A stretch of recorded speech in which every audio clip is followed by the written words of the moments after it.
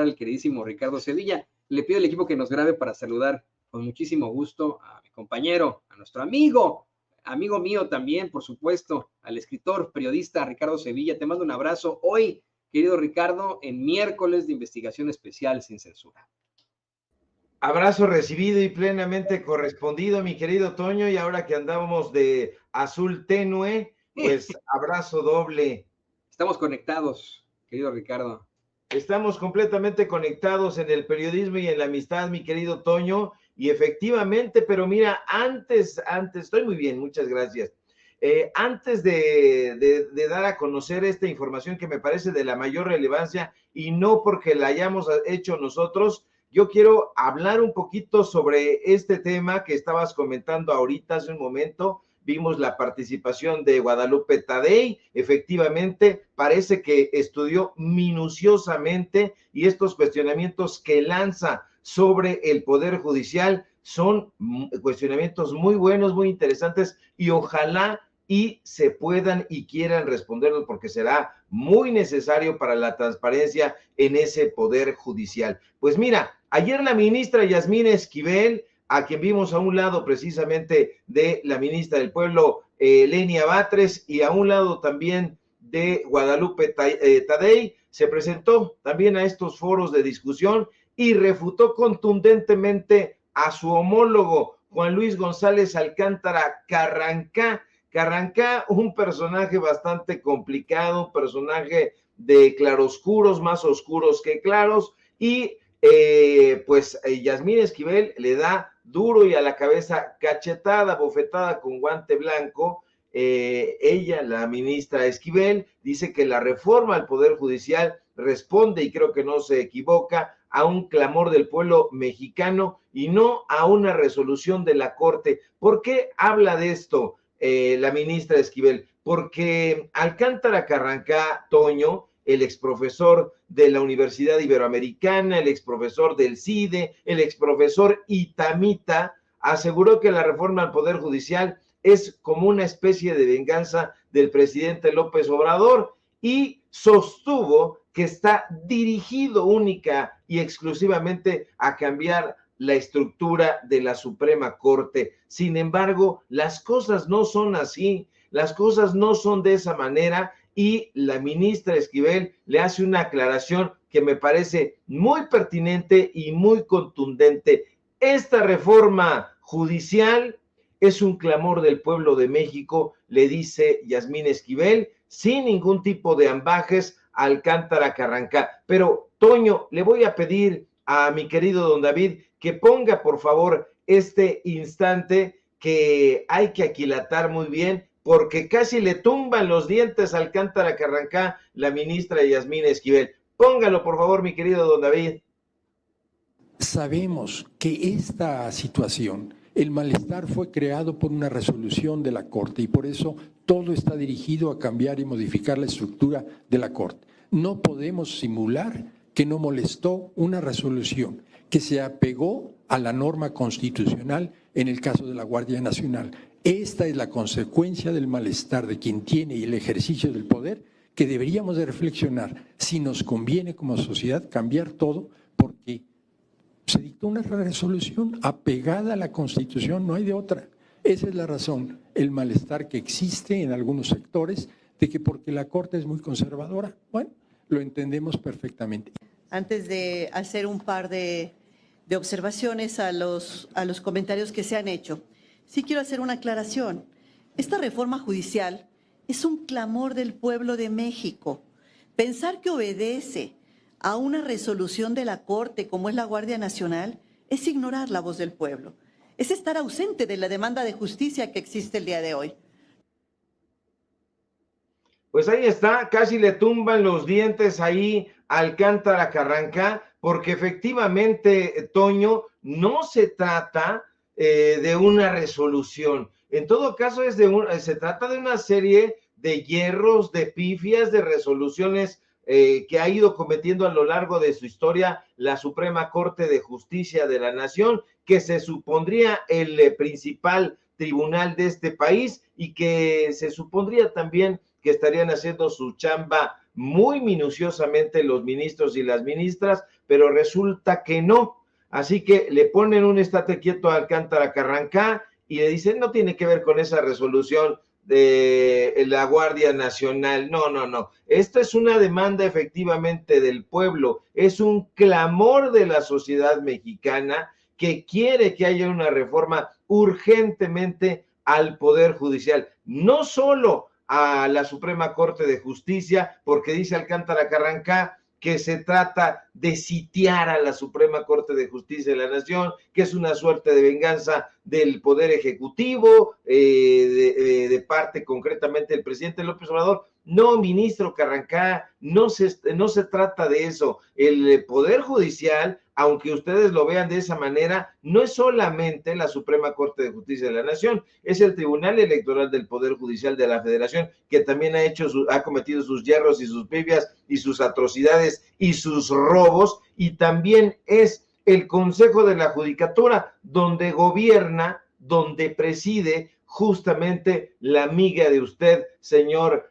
Carrancá, me refiero a Norma Lucía Piña Hernández. En fin, mi querido Toño, pues lo quería comentar porque me parece que va de la mano con lo que vamos a presentar el día de hoy. Así que tú me dirás si nos arrancamos con los datos duros. No, y además hay que mencionar que este es uno de los ministros que fue nominado por el presidente López Obrador y que, bueno, pues luego terminó siendo muy cuestionable en cuanto a sus determinaciones y fallos ahí en la Suprema Corte de Justicia de la Nación. Otra que me llama mucho la atención, Ricardo, es que pues crean ellos que se trata de una situación infantil, que se trata de una especie de inmadura venganza de un líder político.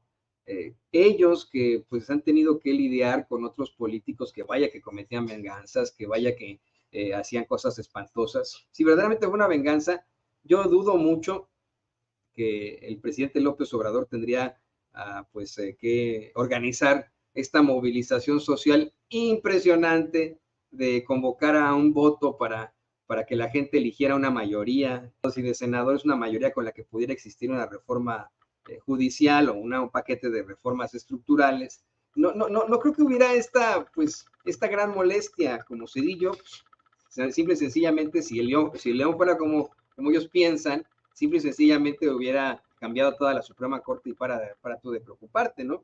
Acordémonos también de las amenazas que hacían los achichincles de Felipe Calderón a ministros de la Suprema Corte de Justicia. El ministro Saldívar, Arturo Saldívar, ha hablado de cómo es que luego de negarse a, de alguna otra forma, ayudar a los familiares de Margarita Zavala en el lamentable caso de la guardería ABC, de encubrirlos como pretendía Felipe Calderón, fue amenazado por un secretario de Gobernación directamente de que tenía que cumplir con sus reglas. Ni con ninguno de ellos ha hablado el presidente López Obrador o algún funcionario que tengan, en común, puesto que eso ya lo hubieran ellos acusado, ¿no? Me han dicho, oigan, pues vino aquí el funcionario fulanito a amenazarme, o el presidente me llamó. No ha existido eso. Se está pidiendo, como bien mencionas tú, se está exigiendo por parte del pueblo una reforma judicial ante la pero interminable lista de vejaciones en las que ha incurrido ese poder judicial, empezando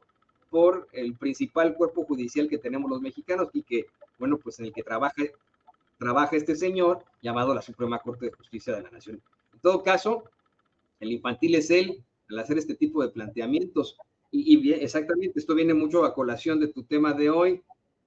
Las corruptelas de verdad no se pueden esconder, se derraman por todas partes. Es como si la Suprema Corte del Poder Judicial fuera una coladera de la que se derrama, disculpe usted que sea tan escatológico, la mierda constantemente. Está saliendo constantemente la mierda de esa coladera que es llamada Poder Judicial, y como nos va a explicar ahora el querido Ricardo Sevilla, el del equipo que nos grabe, pues siguen robando a manos llenas. Ricardo, el micrófono.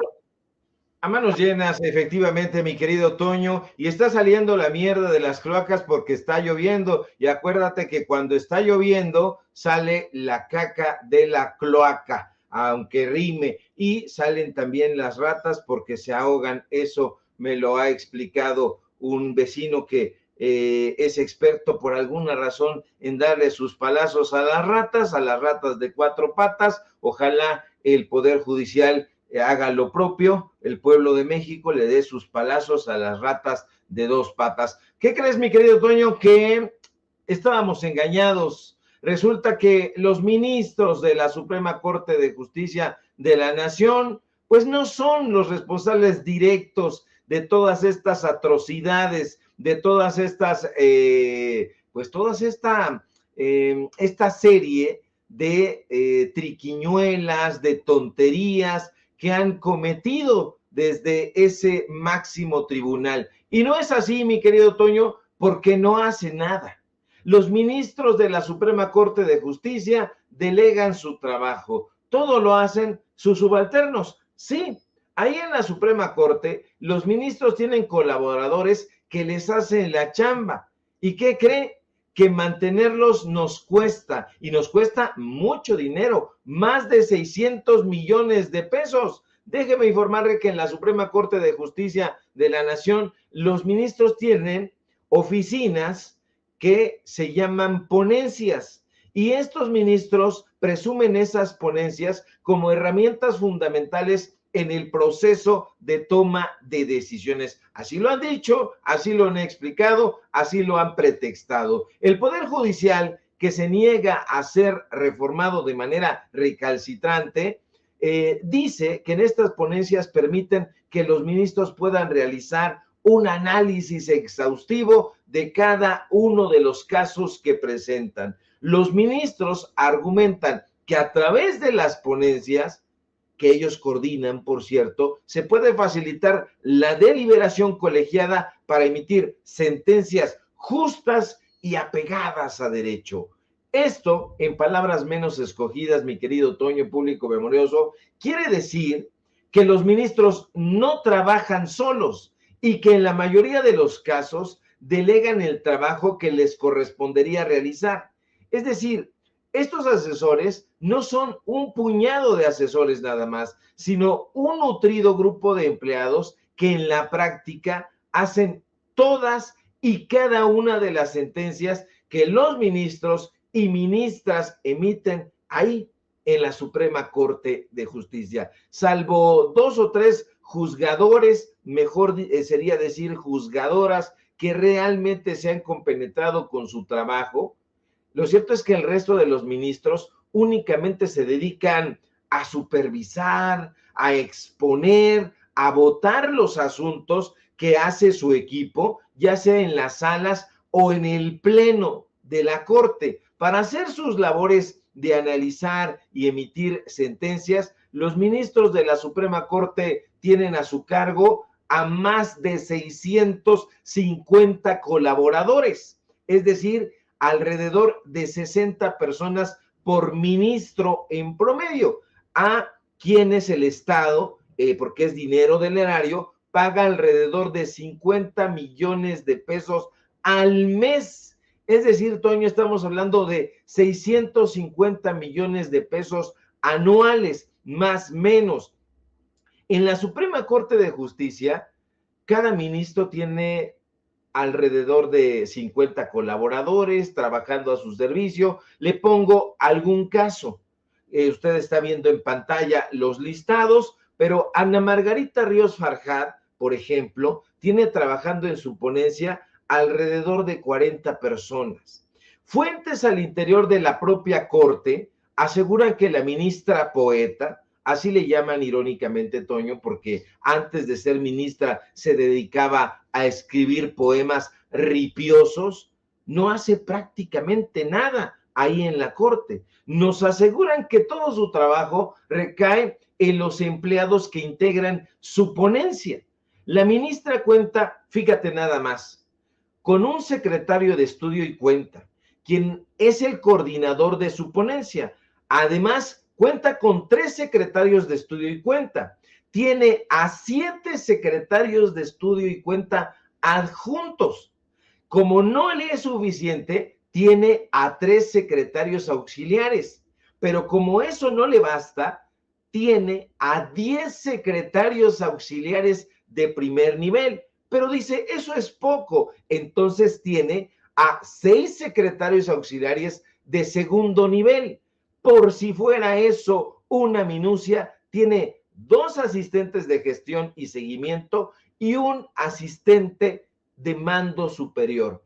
Todos, Toño, tienen entre sus atribuciones, responsabilidades y funciones auxiliar a la ministra, a Margarita Ríos Farjat. Ahora, los ministros por lo regular suelen deslindarse de su trabajo y encargarle a su secretario de estudio y cuenta, quien es el que coordina la ponencia, que él sea el responsable de analizar detenidamente los expedientes relativos a los asuntos que maneja su jefe, su jefa, la ministra, el ministro.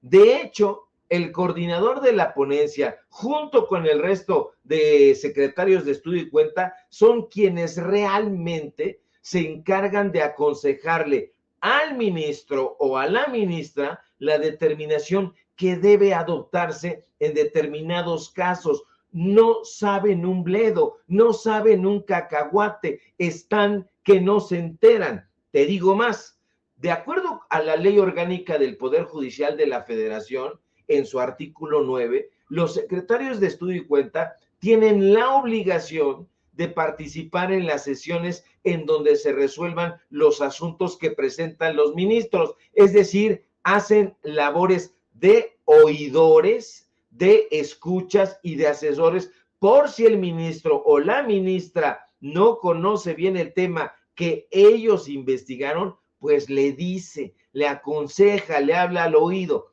Este modelo de trabajo completamente pernicioso por donde se le vea, mira, Toño, plantea serias dudas sobre la eficacia, ya no digamos de los ministros que se ve que no hacen nada, sino plantea dudas sobre la eficacia de las resoluciones que emiten los juzgadores, sobre el grado también de influencia que tienen sus equipos en las resoluciones finales.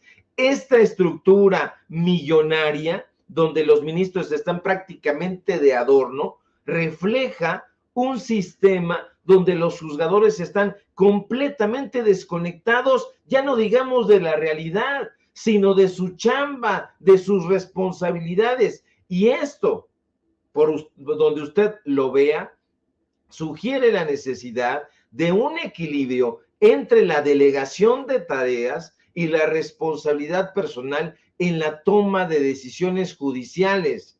Toño, en resumen, se necesita urgentemente, aunque en la derecha no lo quieran, una reforma al Poder Judicial, porque los ministros y las ministras, en la mayoría de los casos, no hacen un bledo, no hacen un cacahuate, están ahí, insisto, prácticamente de adorno. Sí, y es algo que fíjate, nos ha comentado también en cuanto a lo jurídico el doctor Isaac de Paz. En lo general, pues falta también ese conocimiento en cuanto al derecho constitucional, ¿no? De muchos adornos que tenemos ahí en la Suprema Corte de Justicia de la Nación.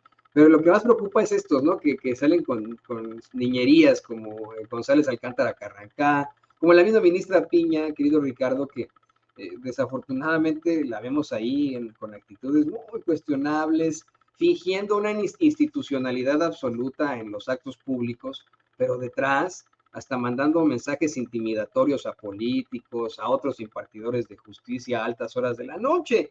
Eso es lo que preocupa en cuanto a nuestro Poder Judicial. ¿Con qué cara estos personajes van a venir a decirnos, es que ustedes necesitan a los mejores de los mejores para que tengamos a impartidores de justicia que merece México? Bueno, pues no nos merecemos a cuates como ellos, ¿eh? O sea, definitivamente los jueces estos que liberan delincuentes, a los magistrados que se ponen del lado de los políticos en las elecciones, a los ministros y ministras que incurren una serie de corruptelas y que aparte de todo tienen salarios millonarios, viven, pero vamos, en medio de la opulencia absoluta, cuando ni siquiera se lo merecen, no son sus achichincles los que les dicen cómo fallar, cómo determinar qué es lo que verdaderamente dice la Constitución. Es hasta molesto y es hasta indignante el escucharlos, el verlos así, ¿no? De indignados. No sé si don David tenga la forma en la que también le respondió Gerardo Fernández Noroña a González Alcántara Carrancá. Me lo estaba recordando ahorita, y tiene toda la razón el buen Juan Velázquez. Lo tendrá por ahí, don David, no lo he visto, déjame ver si lo tiene por ahí. ¿Tendrá por ahí el clip, don David? No lo tiene, bueno, pero miren, ¿qué te parece, Ricardo? No te quiero quedar mal a ti. En lo que yo busco este clip de Noroña con González Alcántara Carranca, pues nos hablas precisamente de eso, ¿no? De cómo es que no nos merecemos para nada a estos ministros, magistrados y jueces, y que, pues en todo caso, el pueblo sabrá de todas formas elegir, sabrá determinar a sus impartidores de justicia. Le pido al equipo que nos grabe para esto. Efectivamente, Toño, el pueblo de México no se merece a este poder judicial. Insisto, el poder judicial, aunque Alcántara Carrancá no pueda verlo, es más que la Suprema Corte de Justicia y desafortunadamente para la ciudadanía está gangrenado. No lo merecemos y desafortunadamente también todas las discusiones están protagonizadas por los mismos personajes prácticamente. Si usted se asoma a la televisión, esta televisión que ya está marchita, pero que desafortunadamente todavía tiene algún tipo de influencia, se va a encontrar a estos mismos personajes y va a decirme usted, oye Sevilla, pero no vemos ahí a los ministros en las televisoras. Estamos hablando de que el Poder Judicial no solamente está siendo defendido por los ministros que en este momento están en activo, no, también está siendo defendido por los exministros. ¿O usted qué cree que es Diego Valadez, el exprocurador conservador? ¿Usted qué cree que es Diego Valadez? Este personaje que circuló en todos los puestos de la alta burocracia dorada en la Universidad Nacional Autónoma de México. Bueno, pues ahora es el investigador emérito del Instituto de Investigaciones Jurídicas de la UNAM. ¿Qué quiere decir eso, mi querido Toño? Que Diego Valadez, junto con otros eméritos ahí en la UNAM, no hace nada, pero cobra. Es que ese mérito, es que su trayectoria, es que ya se lo ganó, es que las arañas. ¿Por qué? Porque este personaje ha estado enquistado en la UNAM desde hace muchísimo tiempo, y con muchísimo tiempo me refiero a más de 30 años, donde ha sido el abogado general, donde ha sido el coordinador de humanidades, donde ha sido el subdirector de TV UNAM, entre otros muchos puestos. Fue el director del Instituto de Investigaciones Jurídicas de la máxima casa de estudios, allá donde está su amiga actualmente gobernando, porque así lo están haciendo, no dirigiendo, sino gobernando, y lo están llevando hacia la derecha, la itamita Mónica González Contró. Entonces, todos estos personajes se dan la mano, Toño, y hay comunicación entre ellos. No, Sevilla, es que no hay comunicación entre los ministros y los exministros, entre la derecha. Por supuesto que sí la hay. Sí la hay, y es una comunicación constante, tanto que participan en los mismos foros. Hace un par de días pudimos ver a Leonardo Lomelí Vanegas, el rector de la UNAM, el exsecretario del falso doctor Enrique Graue, prácticamente levantándose y aplaudiendo como foca precisamente al exministro de Carlos Salinas de Gortari. Porque Diego Valadez, hay que recordarle a la audiencia, fue ministro de la Suprema Corte de Justicia, pero además lo propuso Carlos Salinas de Gortari. Y así podemos irnos con cada uno de estos personajes y todos son amigos. ¿Por qué? Porque son un grupito. No dejan entrar ahí a la democracia, porque para ellos la democracia es la mismísima peste. ¿Por qué no se tendría que discutir entre el pueblo, entre la ciudadanía, la reforma al Poder Judicial? Pues es un asunto de la nación. Ahí en los foros, en la Cámara de Diputados, están llevando a ciertos personajes que a lo mejor plantean voces discordantes, puntos de vista opuestos, y que vale la pena atender. Pero en la UNAM, por ejemplo, ¿a quién están llevando? Son los itamitas, es la gente de la rectoría. Pero ¿por qué no está participando la comunidad universitaria, porque mucha gente dirá, oye Sevilla, pero entonces no quieres que se discuta en la máxima casa de estudios. Por supuesto que sí, nada más faltaba que no se discutiera en la UNAM, por supuesto que se tiene que discutir, pero tienen que discutir la comunidad universitaria. ¿Y quién integra la comunidad universitaria, Toño? El alumnado principalmente, el profesorado, y no estas vacas sagradas que tienen beca del Sistema Nacional de Investigadores en sus más altos niveles, tiene 3 niveles y ellos tienen siempre el más alto, que tienen beca de la Academia Mexicana de la Ciencia, de la Academia Mexicana de la Lengua, del Colegio Nacional. Todos estos personajes son los mismos. Tú revisas cada uno de estos organismos y ahí te los vas a encontrar, y no creas que hacen algo, son eméritos, se reparten la lana y están viendo también a la Suprema Corte de Justicia como un bastión conservador, y como conservadores quieren conservar el billete. Bueno, mi estimado Toño, por ahí tuvimos un problemita ahí con la conexión de nuestro queridísimo Toño Ruiz. Le saluda acá don David, aquí andamos tratando de hacer lo imposible para volver a conectarnos con mi estimado Toño Ruiz, pero si gusta, quiere seguir platicando. Tú entrevístame, mi querido don David, aquí déjame a cargo, yo estoy completamente feliz y ojalá que se resuelva esta conexión de mi querido Toño. De hecho, tanto, mi estimado don Ricardo, tengo el video ya de Noroña, si quiere lo lanzamos para que lo pueda ver también la audiencia. Venga, por favor, mi querido don David. Muy buenas noches, compañeras, compañeros, bienvenidos todas, todos. Yo soy sociólogo. Aquí tenemos una mesa de juristas destacadísimos, con grados académicos muy altos, con enormes trayectorias en el Poder Judicial. Y yo les preguntaría si se atreverían a cuestionar el artículo 39 constitucional, de que la soberanía radica en el pueblo y que el pueblo tiene, que todos los poderes dimanan de y que tiene en todo momento el derecho inalienable de cambiar su forma de gobierno y las instituciones, hasta el derecho a la rebelión incluido. Yo creo que no se atreverían, pero con sus intervenciones se atreven a más. Ven al pueblo por encima del hombro, lo ven sin el criterio, sin la capacidad, sin el conocimiento. Solo les falta decir que cómo se atreve el pueblo a querer resolver sobre las personas juzgadoras, su talento y su desarrollo. Qué fuerte. Todas las críticas que dicen que va a pasar si se eligen a los jueces es lo que hoy pasa en el Poder Judicial. ¿Son los jueces, les pregunto, libres e independientes? Sostengo que no. ¿Eso quiere decir que no hay jueces libres e independientes? Sí hay, pero el Poder Judicial como tal no es libre e independiente. Dicen que si se elige van a financiar los poderes económicos y van a servir a ellos, pues si a ellos sirven, a los poderes económicos, lo dijo mi hermanito Jaime Cárdenas Gracia muy bien, de manera muy elegante, yo soy más brusco. A eso sirven, a esos intereses sirven. Hoy, aquí y ahora, y por eso el 2 de junio lo he dicho, me repito, el pueblo de México juzgó al Poder Judicial y lo sentenció y dijo, este sistema hay que cambiarlo y hay que ir a una elección. Yo no me imagino al presidente de la República diciendo, no me revoquen el mandato porque están violando mis derechos humanos, porque tengo una larga carrera política, porque tengo un servicio al pueblo de toda mi existencia.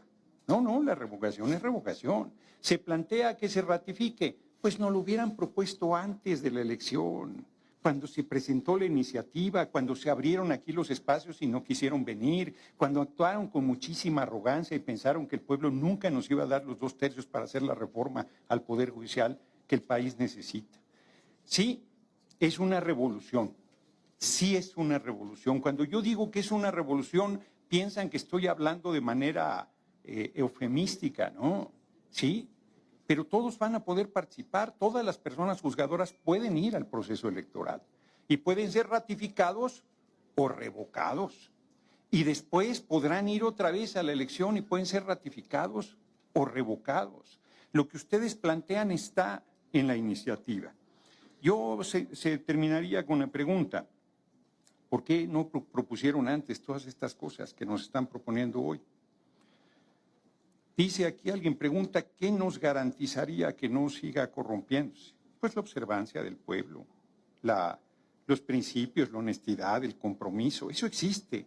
en política, ni siquiera se dan cuenta lo fuertemente injuriosos que son para quienes nos dedicamos a la política. Le llaman politizar a partidizar, le llaman que la elección es un procedimiento, pues casi quieren decir que plebeyo.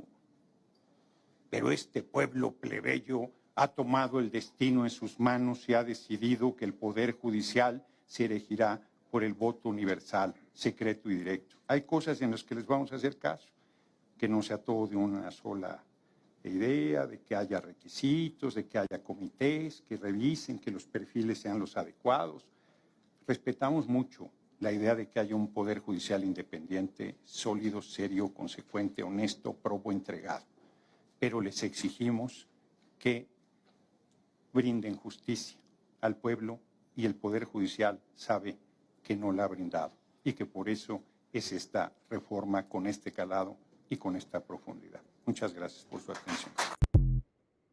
Pues ahí tiene usted a Gerardo Fernández Noroña, como siempre contundente. Estamos hablando nada más ni nada menos que de uno de los principales tribunos de este país. No hay prácticamente un político con las herramientas intelectuales y con los argumentos que esgrime Gerardo Fernández Noroña, del lado correcto de la historia, del lado correcto de la transformación. Y efectivamente hay honestidad, aunque les cueste trabajo a la derecha comprender. En el pueblo de México hay honestidad, hay valores y va a haber esta observancia a la reforma, si se implementa, ojalá que sí, al Poder Judicial. ¿Por qué? Porque estos juzgadores se creen tocados por el dedo de Dios, porque estos personajes en algún momento fueron propuestos por diferentes presidentes y no estaban acostumbrados a ser votados por el pueblo. En algún momento la Suprema Corte de Justicia, y lo hemos dicho y lo hemos platicado, se sometió al sufragio del pueblo. En épocas de Ignacio Ramírez el Nigromante, así sucedió. Habría que retomar esa saludable historia de la Suprema Corte de Justicia para que vuelva a su esencia. No es que haya tenido la Suprema Corte de Justicia un espíritu pernicioso, sino al revés. Nació como un espacio liberal, auténticamente liberal, para defender al pueblo de México. Y bueno, yo lo dejaría ahí y quiero darle la bienvenida al querido maestro Paco Cruz, que ya se conectó aquí al deck de... Y querido Ricardo, igualmente. ¿Dónde andas, Toño? Pues mira, hay una especie de apagón, me parece que es casi que el ojo del huracán. Como bien sabes, en esta zona de la Unión Americana hay muchos tornados constantemente. Se fue la luz en una gran parte de Kansas City, Missouri. Todavía no sabemos qué fue lo que pasó. Y estamos pues revisando ahí qué onda, mi querido Ricardo. Y te quiero agradecer especialmente por esto, ¿no? Que estés aquí al pie del cañón ante este tipo de eventualidades. Estoy transmitiendo con datos desde, pues ahí, desde la calle ahorita, a ver cómo nos va. Vamos a hacerlo de esta forma por ahora. Tú me escuchas bien, ¿verdad? Yo te escucho bien y claro, mi querido Toño. Excelente. Y te veo además muy nítidamente. Excelente. Estamos pues experimentando el delicioso calor, los 33 grados centígrados que marca en estos momentos la ciudad de Kansas City, Missouri. Y pues Ricardo, no me queda más que agradecerte por esta última intervención, lo que nos planteas acerca del Poder Judicial, lo que acaba de suceder con Gerardo Fernández Noroña. Y te pido, por favor, que también nos compartas tus redes sociales para que la gente se ponga en contacto contigo. Claro que sí, mi querido Toño, estamos al pie del cañón porque somos un equipo. Síganme, por favor, en mis redes sociales, en X, @SevillaCrítico, en Facebook, Ricardo Sevilla, y nada más. Síganos en Paralelo24.mx, en Hoja de Ruta, que ya sacamos ese nuevo proyecto. Ahí échenos también una manita. Sacamos documentales, reportajes y periodismo también cultural que hace muchísima falta desde este lado de la trinchera y por supuesto aquí en la familia Sin Censura. Te mando un abrazo, mi querido Toño. Luego lo escribimos. Querido Ricardo, igualmente te mando un abrazo, mi agradecimiento siempre, no solamente por tus grandes investigaciones y por tu amistad, sino por en medio de las problemáticas estar aquí listo para cualquier tipo de circunstancia. Muchas gracias, querido Ricardo. Ahí tiene usted al queridísimo Ricardo Sevilla, nuestro periodista y escritor aquí en Sin Censura. Y como ya